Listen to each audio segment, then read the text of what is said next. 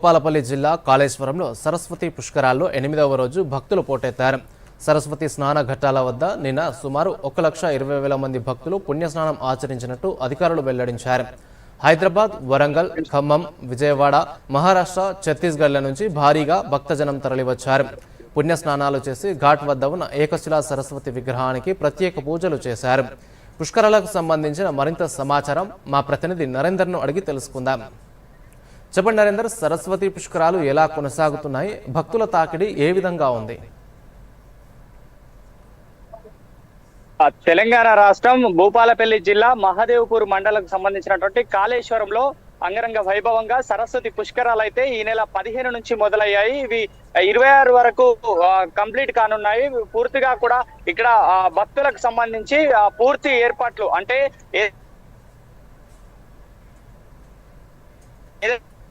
అయితే 15 నుంచి 26 వరకు నిర్వహించేటువంటి ఈ యొక్క పుష్కరాలకి అవాంఛనీయ సంఘటనలు ఎదురు కాకుండా సులువైన పద్ధతిలో అంటే ఆ పుష్కరాలకు వచ్చేటువంటి వాళ్ళు ఎక్కడి నుంచి అంటే మనకు మామూలుగా తెలంగాణ నుంచి పలు జిల్లాల నుంచి అదే విధంగా ఆంధ్రప్రదేశ్, మహారాష్ట్ర, ఇటున్నటువంటి ఛత్తీస్గఢ్ ఈ యొక్క ప్రాంతాల నుంచి అయితే ఇక్కడ పుష్కర స్నానాన్ని ఆచరించేందుకైతే వస్తూ ఉన్నటువంటి పరిస్థితి అయితే మనం ప్రస్తుతం చూడొచ్చు. అయితే ఇక్కడ పుష్కరాలు మొదలైనప్పటి నుంచి వేలాదిగా భక్తులు తరలి వస్తూ ఇక్కడ పవిత్ర స్నానాలు ఆచరిస్తూ ఈ యొక్క కాళేశ్వర ముక్తీశ్వర స్వామిని అయితే దర్శించుకునేటువంటి అదైతే చేస్తున్నారు.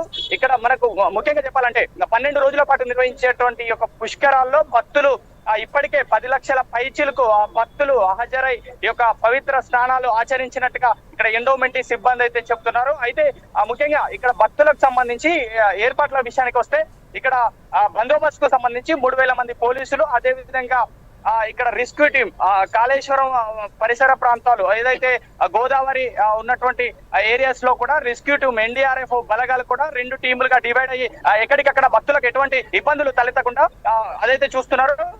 అదే విధంగా ఇక్కడ కాళేశ్వరం పుష్కర ఘాట్ సంబంధించినటువంటి ఏరియాస్ లో ప్రమాద హెచ్చరికలు అయితే జారీ చేశారు. ఎక్కడ కూడా భక్తులు అందులోకి అంటే సూచికలు ఏర్పాటు చేశారు. అటు వెళ్లకుండా ఇటువైపే అంటే లోతు ప్రాంతాలకు వెళ్లకుండా బిఫోర్ ముందుగానే స్నానాలు చేసేందుకైతే పూర్తి స్థాయిలో ఏర్పాట్లు అయితే చేశారు. ఇది కాళేశ్వరం సంబంధించి ముఖ్యంగా ఈ యొక్క పుష్కరాలు అయితే 9వ రోజుకు చేరుకున్నాయి. ఈ 9 రోజుల పుష్కరాల్లో భక్తులు అయితే అధికంగా వస్తూ ఒక పవిత్ర స్నానాలు ఆచరిస్తూ ఆ యొక్క కాళేశ్వర ముక్తీశ్వరుడికి ప్రత్యేక పూజలు కార్యక్రమాలు అయితే నిర్వహిస్తున్నారు. దీనికి సంబంధించి ముఖ్యంగా ఇక్కడ ఉన్నటువంటి శానిటైజర్ సిబ్బంది కావచ్చు, ఇక్కడ ఉన్నటువంటి మిగతా సిబ్బంది అంతా కూడా ఇక్కడ ఉన్నటువంటి పారిశుద్ధ్యానికి సంబంధించినటువంటి మిగతా ఏర్పాట్లు అయితే చేస్తున్నారు.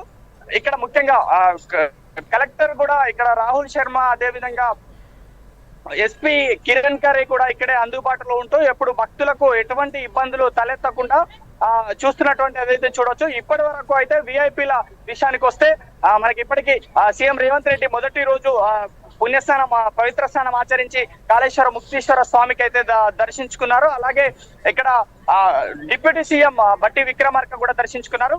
మొన్న బండి సంజయ్ కేంద్ర హోంశాఖ సహాయ మంత్రి బండి సంజయ్ కూడా ఈ యొక్క పుష్కర స్నానం ఆచరించారు. నిన్న ఈటల రాజేందర్ మల్లికార్జున ఎంపీగా ఉన్నటువంటి ఈటల రాజేందర్ కూడా నిన్న పవిత్ర స్నానం ఆచరించి ఈ యొక్క కాళేశ్వర ముక్తీశ్వర స్వామిని అయితే దర్శించుకున్నారు.